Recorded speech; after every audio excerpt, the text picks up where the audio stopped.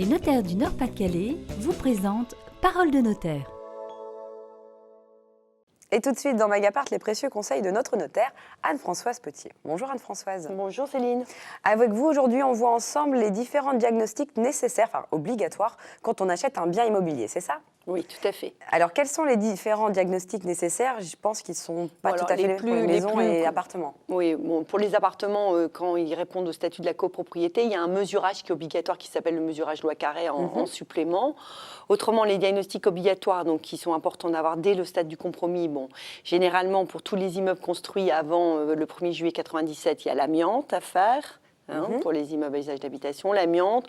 Pour les immeubles construits avant le 1er janvier 1949, il y a le plomb. Le plomb, c'est dans les peintures. Donc, on doit contrôler le plomb, s'il y a d'existence ou pas de plomb dans les peintures. Donc, voilà. Ensuite, il y a un diagnostic qui est tout le temps obligatoire, qui est le DPE, le diagnostic performance énergétique. D'accord, celui avec les petites flèches. Exactement, on l'avait déjà vu ça dans Magapart, Voilà. où vous voyez quand vous achetez un bien, une espèce de pyramide de couleurs, Voilà. où il y a une flèche qui indique le niveau énergétique. Voilà. Une flèche pour la consommation énergétique du logement et une flèche pour l'émission de gaz à effet de serre. Ensuite, il y a deux autres diagnostics qui sont l'électricité et le gaz quand les installations sont plus de 15 ans, d'accord.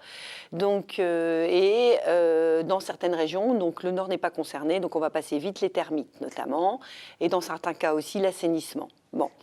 Ce qu'il faut faire attention, c'est ces diagnostics qui doivent être établis par des personnes compétentes, qui sont pour ça assurées et certifiées aussi pour tous les diagnostics. Donc ça, c'est quelque chose auquel il faut faire attention.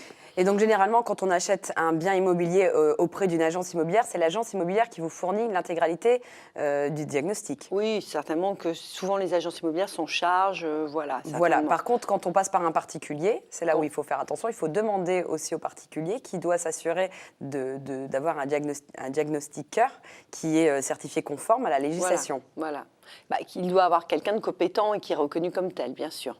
Et donc, est-ce qu'il y a un délai, est-ce que ça nous permet de se rétracter une vente quand le diagnostic ne répond pas à nos attentes, ou alors quand le vendeur... Non, justement, le vendeur a une obligation qui est simplement une obligation d'information. Donc, dès lors qu'elle est remplie, dès lors qu'il produit le diagnostic dès le stade du compromis, l'acquéreur a cette information, donc il achète en connaissance de cause. Bon, après, il a forcément la faculté de se rétracter pendant 7 jours, ce qui est complètement autre chose, mais autrement, dès lors qu'il est informé, il ne peut pas...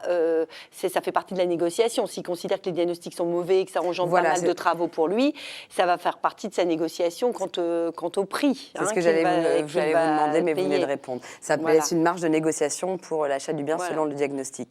Merci d'être venu dans Magapart et à très bientôt. Merci Céline. Les notaires du Nord-Pas-de-Calais vous présentent Parole de notaire.